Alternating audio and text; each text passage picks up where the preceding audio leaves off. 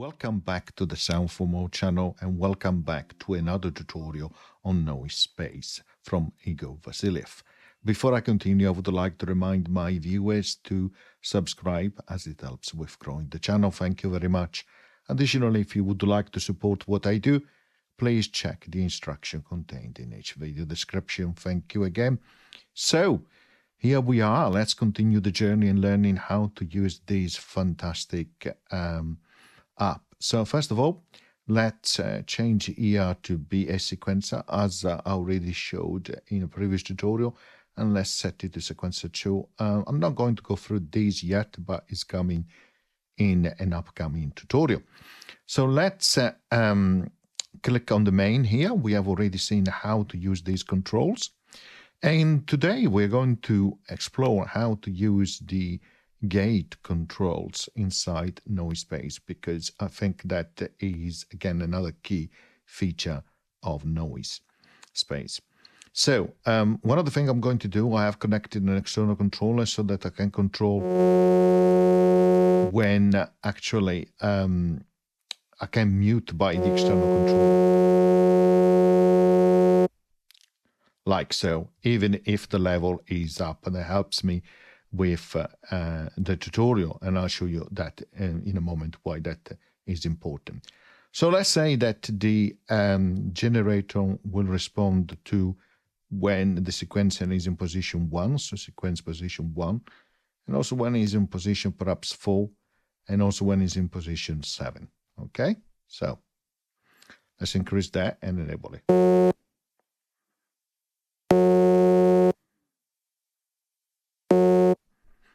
And again, you can see it here when it is on position 4, you can see it gets red here. When it's in position 7, it gets red here, there, which means that it triggers the generator. Now, what you can also do is where it says here output trigger, you can also set it to on, which means it's always on. So let's re-enable it. So it's always on, it's not triggered by the sequencer. Or what you can also do, you can set it to gate. Now, when it is set to gate, let's re-enable it.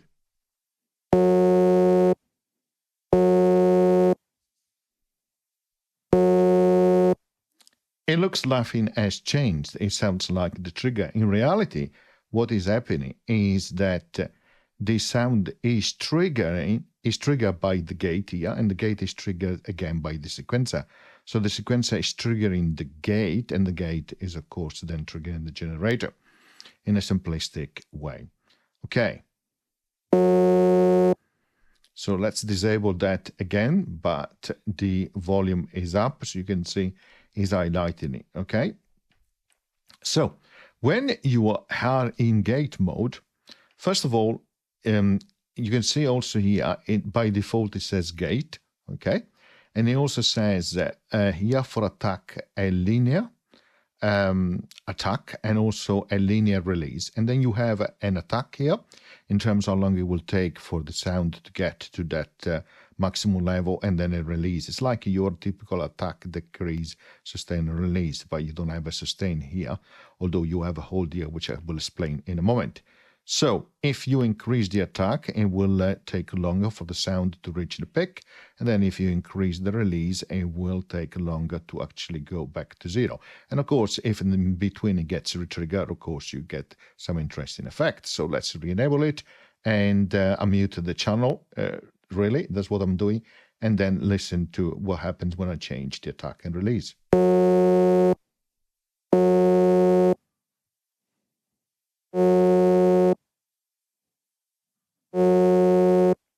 You can see it's taking longer.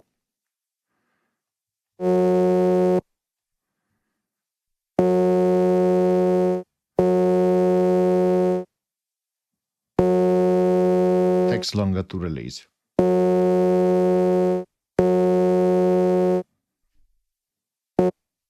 Of course, that depends by the curve that you select for the attack and release here, which can be linear, logarithmic, or exponential. If, for example, you set to log here and you increase again the attack, you obtain this effect.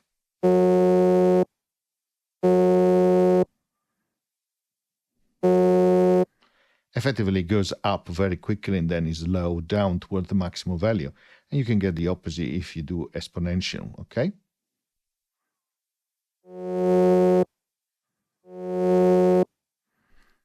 Okay, so so you have different type of effect depending on the curvature that you use.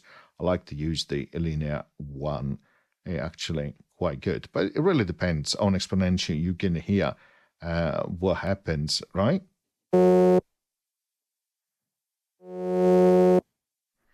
So it gets quicker towards the end, the opposite, or log. Okay, so let's put it back to linear. Now, if you change the hold here, nothing happens. Let me show you.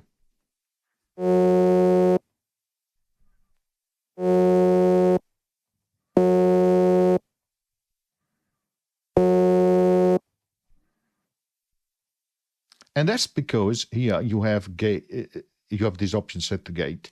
You can change that to hold, and what happens? Let me unmute it. You hear a tick now, right? But if you, because the hold is set to 0, so how long is going to hold the sound? So if you increase it slowly,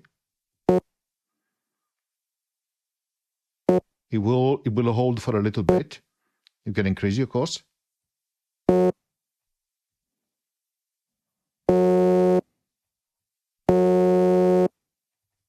And so on and so forth. You can also set it to repeat, and if you set it to repeat, it will repeat the attack and release in a cycle, including also the hold settings for the time that the trigger is open against the gate, which is coming from the sequencer. So let's listen.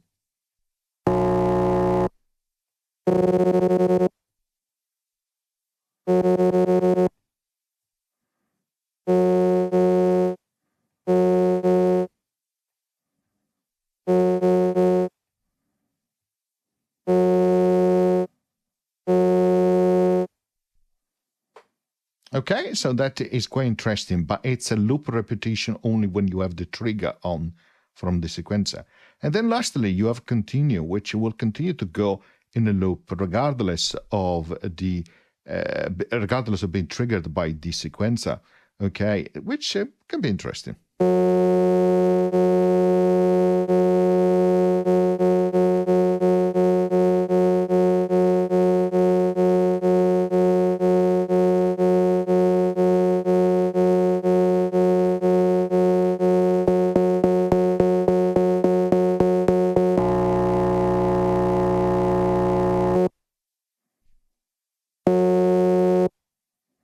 Okay, let's move to the channel now. So now you know how to use the gate here on the main output, how to leave it on, and how to use it just as normally being triggered, really. Okay, so now let's explore a couple of other things. Here in the middle, you have a filter. So you have quite standard control for frequency and resonance, but that depends on the mode that you have selected. So to start with, you have a none here. So you can select low pass. And of course, when you select the low pass, you can set the frequency and the resonance here. Okay, let's listen.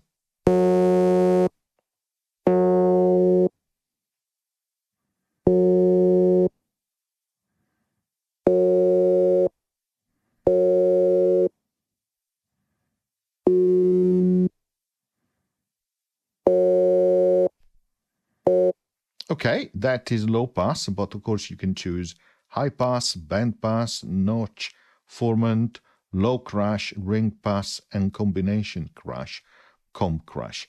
And I'll come back to the input mode because that is quite clever in an upcoming tutorial, but let's listen to the different filters, okay?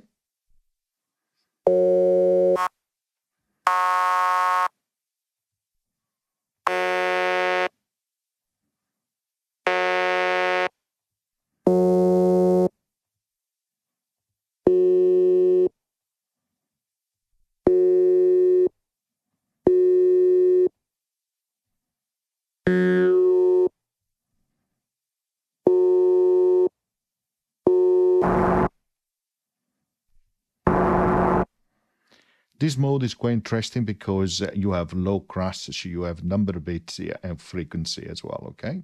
So let's listen.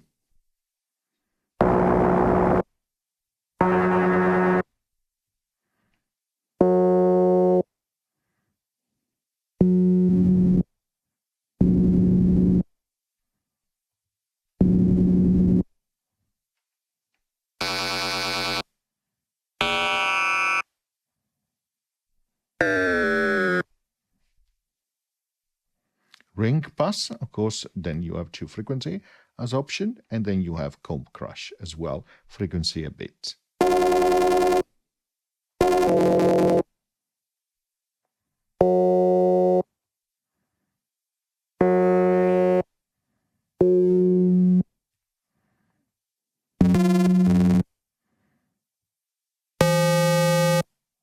Okay, then you can also add some gate. So let me show you. Let's go back to, for example, low pass, and we add gate, and you can see when the gate open is going to increase on the frequency.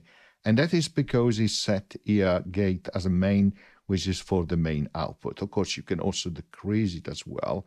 When the gate, of course, opens up, you can see it's decreasing the frequency. Okay, you have other options here. Instead of going to the main, it could go to the background noise, which we are going to show you in an upcoming tutorial, to both of them, or in an inverted mode, okay, by where actually is going to impact positively the frequency on the main, but it's going to do the opposite on the background noise. But I'm going to go through that in an upcoming tutorial. Okay, I hope you enjoyed the tutorial, and as always, see you next time. Bye.